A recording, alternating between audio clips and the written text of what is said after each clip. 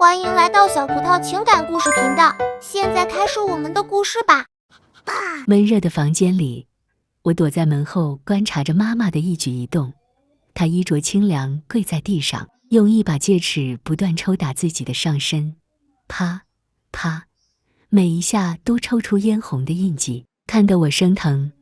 可妈妈脸上却是虔诚又陶醉的表情，她嘴里念着欢喜圣主，赐我青春，我愿依附，重返年轻。又拿出一根带刺的鞭子，反复抽打自己，几鞭下去，光洁的背上就渗出了血珠。就在我要冲出去阻止他时，房间里忽然传出男人的声音，吓停了我的脚步。若雪信徒，进行下一个步骤。闻言后，妈妈诚惶诚恐地站起来，狠狠将鞭子抽向自己的大腿。我这才看到她面前放着的手机，我的妈妈竟然在和男人视频。这次鞭打持续了好久，直到妈妈满身血痕，对方才让她停了下来。接着让妈妈拿出一张黄色符纸贴在身上，今天的回春仪式很成功，你这一周认真修炼，随时听从老师的召唤。电话挂断后，我看着小心穿衣服的妈妈，心中五味杂陈。半年前，我父母离婚了，爸爸出轨了个年轻漂亮的女孩，被妈妈发现后索性坦白，说他早就嫌弃了妈妈的松垮。离婚后的妈妈像换了个人，护肤、健身，在闺蜜小欢阿姨的介绍下，去听了欢喜教的课程。几次下来，妈妈的确从内而外焕发了年轻，身材也日益紧致起来。可她的行为举止却越来越怪异。从前的妈妈温婉内敛，和男性接触时都会避免和对方的眼神碰触。可自打她去过欢喜教后，行为举止日益开放，穿着变得性感暴露。电梯里碰到邻居大叔时，居然主动和人家说话聊骚，言语之间十分轻佻。看着大叔被他惹得面红耳赤，咯咯笑个不停。我听到邻里间对妈妈的非议，心里对欢喜教生出厌恶。而今天亲眼看到妈妈一系列离谱的操作，我100%确定欢喜教是个淫邪的教会，是他教坏了我的妈妈。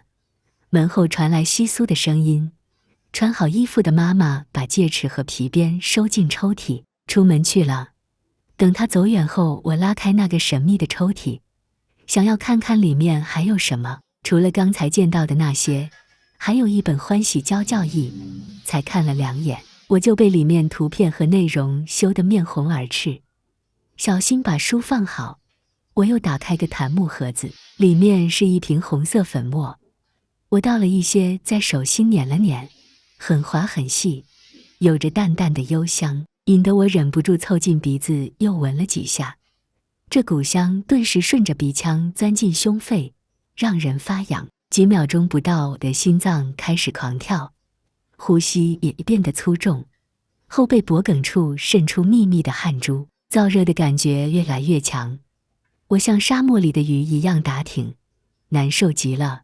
月冰凉的水拍在我脸上，我的神智终于恢复了一些。睁眼看见妈妈熟悉的面孔，我紧绷的神经才敢放松。妈妈救我。那一晚，妈妈用冷水沾了毛巾，一遍遍为我擦拭身体降温，直到天亮才恢复正常。清醒后的我劝她别再这样下去了，所谓的欢喜教不是什么好东西，哪家正规的组织会给人这样的药？可妈妈却对我说，如今欢喜教早已成了她的精神寄托，是教会让她脱胎换骨，变成有魅力的女人，让她脱离教会，还不如让她去死。说着，她真的拿起桌上的水果刀割向手腕，虽然被我眼疾手快夺下来，可还是割开了很长的刀口。看着涌出的鲜血，我毫不怀疑妈妈那一刻要死的决心。我不敢再逼她，告诉自己需要时间让妈妈慢慢改变。但事情接下来的走向却越发不可控制。除了我的房间，家里每个角落都被妈妈加装了摄像头。她迷恋被监视的感觉，每当对方通过手机让她做出那些毫无尊严的举动时，妈妈都很享受。而让我更加不安的是，那边的人好像盯上了我。好几次我都发现家里的摄像头会随着我的走动调整方向。欢喜教每周都有聚会，对参会人员容貌要求很高。为了能够出席，妈妈不惜花费重金医美。和18岁的我站在一起时，像是一对姐妹花。她还经常给教会捐钱，离婚时分得的财产被挥霍得越来越少。可越是这样，妈妈越是开心。每次从教会回来，都满脸笑意，对我说她是教会里最受欢迎的女人。可我看到的是她身上明显的淤青和血痕，旧伤不断，又添新伤。怒火中烧的我，在她又一次准备去教会时，拦在门口。妈妈，我不许你再去那个教会。可她却满不在乎地绕开了我，又被我一把拽了回来。妈妈，那个欢喜叫不正经，你看看自己现在的样子，丢不丢人？丢人？我丢什么人？妈妈露出轻浮的笑意。男欢女爱，人之常情。作为一个正常女人，我满足自己的欲望，有什么错？我瞪大眼睛，不敢相信这一番话是从妈妈嘴里讲出来的，只得厉声喝道：不许去！你今天要是迈出这个门，我就死给你看！妈妈的手顿在原地，她偏过头打量我，在我决绝的目光里，终于转身向卧室走去。不去就不去咯，别拿死来吓唬你妈！语气冰冷怨毒。我的妈妈为什么变成现在这样？夜晚，我冥思苦想，不知道还能用什么方法来救妈妈。就在辗转反侧不能入眠时，忽然听到妈妈从卧室里走出来的脚步声，接着大门打开，一个沉重的脚步迈了进来，接着客厅传来男欢女爱的声音。我跳下床，冲出卧室，疯了一样的推搡着纠缠在一起的他们。你还要不要脸？不让你出去，你就叫男人到家里来乱搞。推开妈妈后，我又去厮打那个男人。滚出去，流氓！我像一只狂怒的小兽，不管不顾地在男人脸上挖出血痕，而我的妈妈却一而再再而三地拦在身前，不让我打他。男人终究被我的气势吓到了，匆忙穿好裤子，狼狈不堪地向门口逃去。临走时，他哆哆嗦嗦指着我对妈妈说：你女儿身上全是邪气，就是她闹得你家宅不宁。男人走后，房间里顿时安静下来。妈妈用极为陌生的目光盯着我，看得我浑身发凉。冷静下来后，我想和妈妈好好谈谈，却被她一把攥住手腕。月月，你明天和我去趟教会。她是疯了吗？居然要带我去跳那个火坑。我颤着声音问她：妈妈，你毁了自己还不够，还要毁了我吗？我连恋爱都没谈过，要是让人知道我去那种地方，还会有男孩子喜欢我吗？可他却毫不动摇。月月，你就当帮帮妈妈好不好？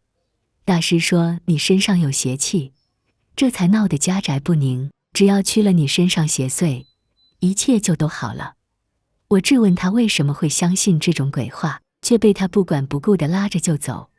我带你去教会，让大师帮忙驱你身上的邪。这种情况下，我只能逃跑。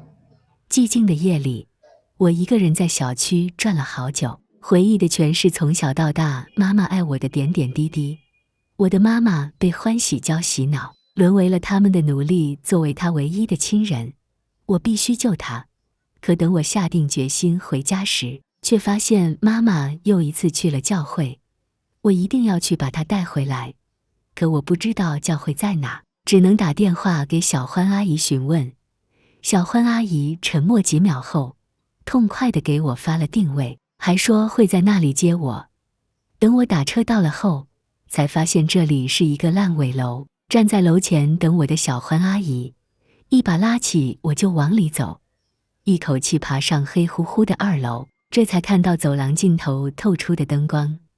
推开门，是一个巨大的房间，里面满是癫狂的男男女女。在看到我和小欢阿姨出现时，他们纷纷从地上站了起来，将我俩围在中间，露出最里面一个赤身跪在地上背着十字架的女人，是我的妈妈。而在她面前坐着一个身披黑袍、头戴野狼面具的男人，他抬起手指向我，大声叫道：“各位教友，他就是破坏若雪家庭的邪魔，抓住他，大家来为他母女一起净身，这样才能帮助若雪。”我转身要逃，却被无数双手抓了回来，他们捂住我尖叫的嘴，将我狠狠摁在地上，吼叫着要一起给我净身。挣扎中，我的力气被一点点耗尽，绝望时，一个温暖熟悉的怀抱从后面紧紧拥住了我，是妈妈。我一把攥住她伸过来的手，她也同样攥紧了我，可她不是来救我的，反而拿出绳子捆住了我的手脚，将我整个人抱起来向男人堆里走去。月月，只有咱俩一起被教友们净身，妈妈才能成圣，被更多的男人喜欢，得到我想要的一切。这一夜，我的妈妈化身魔鬼，将我亲手送入地狱。等到宣布仪式结束时，我早已动弹不得。妈妈和小欢阿姨把我从地上扶起来，对我说：“月月，这下你干净了。”我心痛到无法呼吸。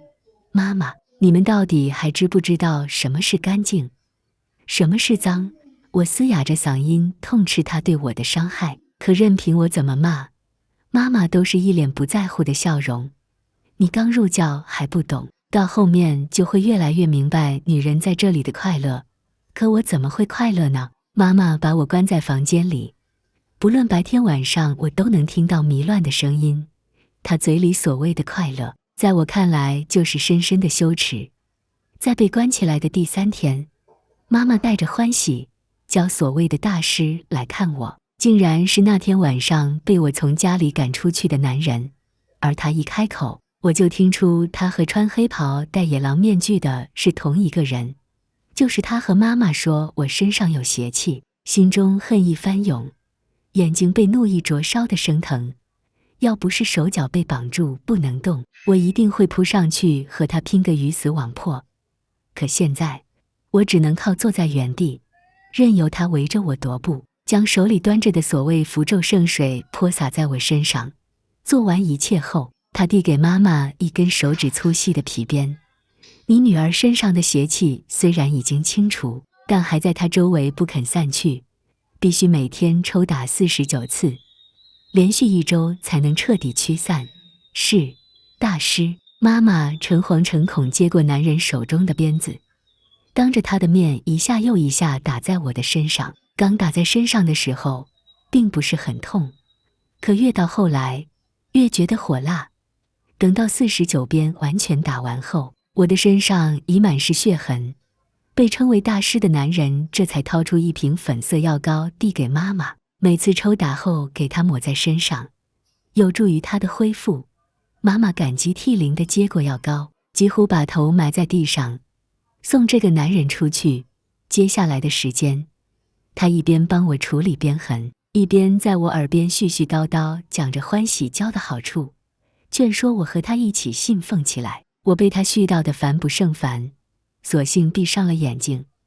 可他涂抹在我身上的药膏却十分见效，冰冰凉凉带着舒爽，很快缓解了身上的疼痛，让我渐渐放松下来，竟真的睡了过去。但这一夜睡得很不安稳，梦里全是妈妈，一会儿是曾经温柔慈爱的她摸着我的脸，轻声细语和我说话，一会儿又是一脸轻浮笑容的她，拉着我往深渊走去。就在我挣扎不休时，身上猛地一痛，我打着机灵醒来，看到妈妈面无表情站在面前，挥起鞭子一次次抽打在我身上。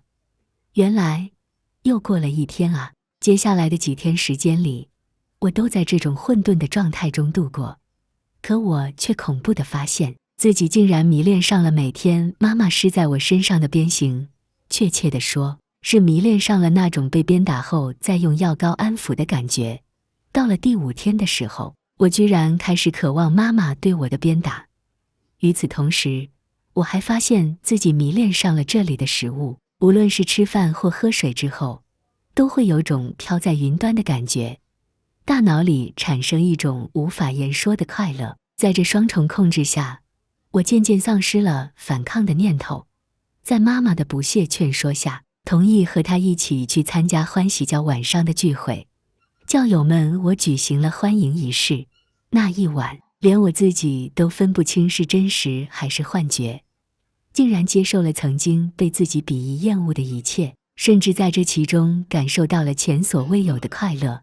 短暂的清醒时，我听到其他教友分享自己的故事，我发现每个人都经历过大小程度不同的感情伤害，而大家对总结感情失败的原因时，都说是因为自己在两性中缺乏魅力。接着所有人都会感谢欢喜教对自己的改变，声称自己在这里变美变帅，学会了如何取悦异性，感谢那个被他们称为大师的人对自己的教化和改变，愿意将自己的一切奉献给他，身体、金钱、灵魂。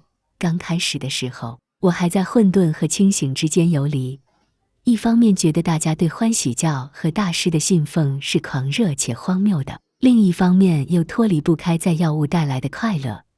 渐渐的，欲望战胜了理智，我在欢喜教里越陷越深，甚至也开始和那些女信徒们争风吃醋，想尽办法要获得大师的宠爱。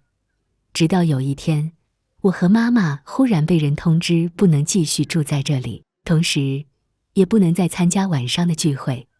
原因是我和妈妈已经很久没能给教会带来贡献，既没有带来新人壮大教会的力量，也不能为教会注资改善条件。既然这样的话，我们就无法与其他人共享成果。尽管我和妈妈苦苦哀求，最终还是被赶了回来。妈妈告诉我，作为信徒，我们是要供养教会的。这种供养分为两种，一种是捐赠金钱，另一种是为教会带来新的信徒。回到家里，妈妈迫不及待翻出存折，可上面几千块的余额还不够给教会半次的供养。面如死灰的妈妈将存折颓然扔在地上后，又恨铁不成钢地瞪着我，没用的蠢货，这么快就被大师验了。我像做错了事一样缩在角落。妈妈说的对，对于那些讨好男人的手段，我的确学得不好。在这一批新人里，我是最不得大师喜欢的那个。当天晚上，我和妈妈彻夜难眠，只要一闭上眼睛，脑海里就浮现出教会的一切。一夜之后，我和妈妈的眼睛都熬得通红。我提议妈妈再联系一下大师，能不能通融让我俩再去一次，却遭到了妈妈的断然拒绝。她说拿不出供养的情况下是没有资格去请求的，如果这样做的话，只会让大师更加厌恶我们。现在这种情况下，除了想办法为教会提供供养外，没有其他的办法。可是一时之间，我们到哪找那么一大笔钱？说着说着，妈妈突然眼睛一亮，兴奋地抓住我的手。月月，你是不是快开学了？你们大学里好多漂亮女生，你多带几个来教会，大家一定会喜欢的。看我露出迷茫的表情，妈妈抓住我的肩膀连晃几下。月月，你也想参加每晚的聚会不是吗？只要能吸纳新的教众，我们会成为教会最受喜欢的人。到时候，即便我们没钱，也能每晚参加聚会，好不好？我忽然间有了一次短暂的清醒，想起妈妈推我进地狱的那晚，她好像也是为了成为最受喜欢的女人，我是她的祭品，她现在又让我去找其他的祭品。就在我还想思考下去时，一直控制我的药物再次产生了作用。在难受的折磨中，我又一次丧失了思考能力。没过几天，学校开学，作为新生的我和另外3个舍友分配到了一间宿舍，可我的心思完全不在学习上。看着3个青春明媚的舍友，我羡慕又嫉妒，甚至阴暗地想，凭什么他们可以活得无忧无虑，而我的青春还没开始就已经像是一滩烂泥。在妈妈每天的催促中，我无时无刻都在想办法把自己的舍友骗进教会。我向他们传递女人要重视自己的身材和美貌，这样才能得到更多男人青睐的思想。我还有意向他们透露，如果感兴趣的话，我可以提供变美的方法给大家。可对于这些，我的舍友们并不感兴趣，相反，他们却对我怪异的行为举止产生了反感。月月，你怎么满脑袋都是些奇怪的东西？我们现在还是要以学业为重，至于如何变美、如何吸引异性，这些不是现在的生活重点。你这样的生活方式太不健康了。他们不止一次表达对我传递出来的这些想法的不认可，其中一个叫可可的女孩反应尤其激烈，甚至有一次，当我趁宿舍里只有我们2个人时，再一次跟她宣扬女孩子要注意提升自己的魅力时，她忽然看住我，眼神之中全是探究。月月，你是不是信了什么邪教？我被她戳破，顿时怔在原地，连忙语无伦次地否认。没有，什么邪教？怎么会？她探究地看我几秒，忽然笑了。逗你的，干嘛紧张成这个样子？对了，你每天都告诉我们要提升女性魅力，学会讨男人欢心，做你的男朋友一定很幸福吧？你男朋友是个怎么样的人呢？我被他再次问得愣在原地。我有男朋友吗？从被妈妈骗进欢喜交的那天起，我就被不同的男人占有，后来又以能被那个称为大师的男人宠爱为荣，可他们根本不能称作我的男朋友。想到这里，我的脸疼得红了，连连摇头否认。没有，我没有，没有就好。可可笑得有些莫测。那我介绍一个给你认识，好不好？我惊讶地看向他，见他掏出手机发了个男生照片给我。你看，这是我表哥，毕业工作2年了，是不是又高又帅？配你刚好。我刚想拒绝，却被他看了出来。我表哥这么优秀的男孩子都不喜欢。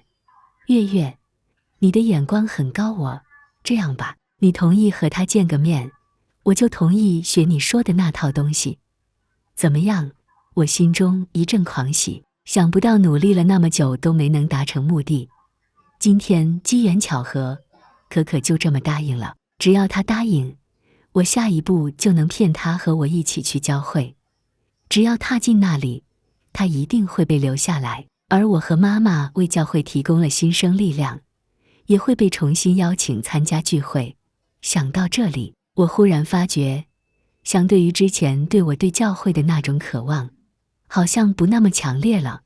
我这才想起来，刚来学校的时候，妈妈每隔2天就会来看我，给我送她自己做的点心，而最近她好久没来了，而我一直被药物控制的欲望好像也变淡了许多。一瞬间，我犹豫了，看着面前低头发信息的可可，难道我真的要为了一己私欲毁掉这么好的姑娘？就在纠结的时候，可可忽然抬起头来。我约好表哥了，明天中午咱们学校的食堂见。我终究还是把到嘴边的话咽了下去。睡觉前，我翻看着和妈妈的聊天记录，最后一条她催促我快点骗同学的信息，显示时间还是上1周。默默按下熄屏键，我决定暂时不告诉她可可的事。第2天中午，可可带我来到食堂，见到了早已等在那里的表哥。那是个高大帅气、阳光干净的男孩。可可为我们介绍时说他叫陈江。看到陈江的第一眼，我的脸就红了，那是一种叫做心动的感觉。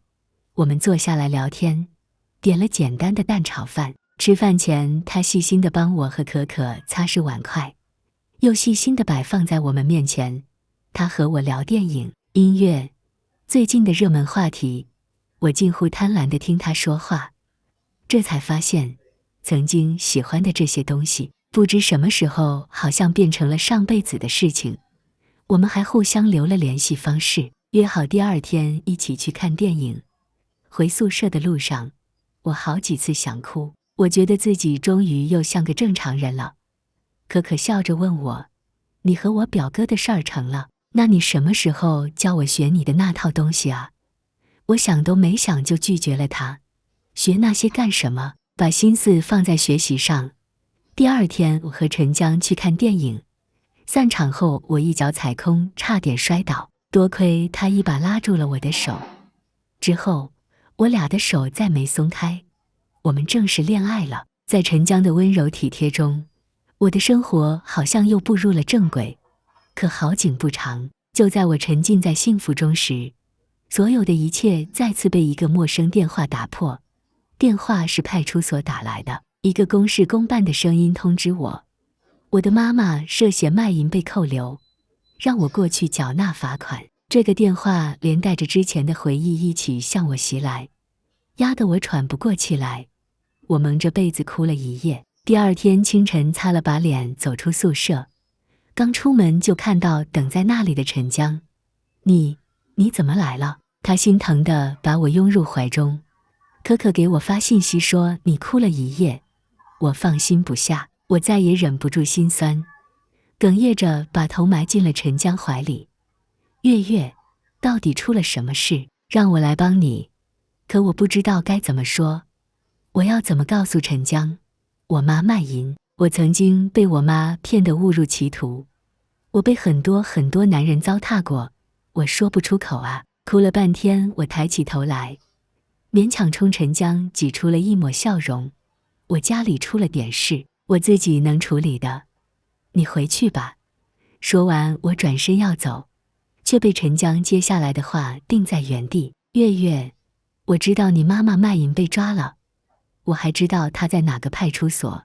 他接着又说，月月，我知道你是欢喜教的一员，今年夏天加入的。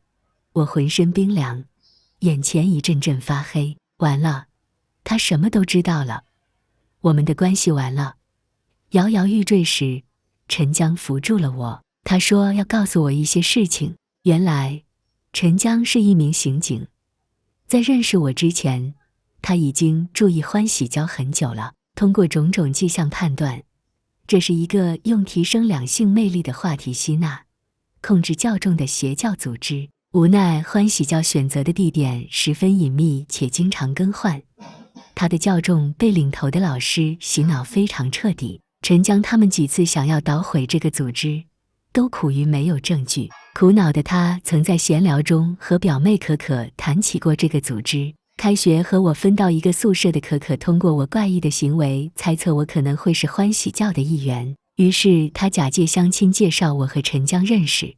在与我的一步步接触试探中，陈江不动声色地试探过我好几次，在我言语闪烁之下，越发确定我就是欢喜教中的一员。对不起月月，为了破案我利用了你，可欢喜教已经害了很多人，你还有你的妈妈都是受害者，晚一天捣毁就会又多一个像你们这样的受害者。为了避免相同悲剧的发生，你愿意帮助我吗？这一刻，为了自己也为了妈妈，我坚定地点了点头。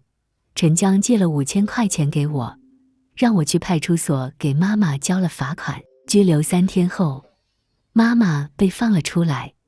当她听到我已经说服了舍友可可，愿意去参加欢喜教的聚会时，开心的失声尖叫。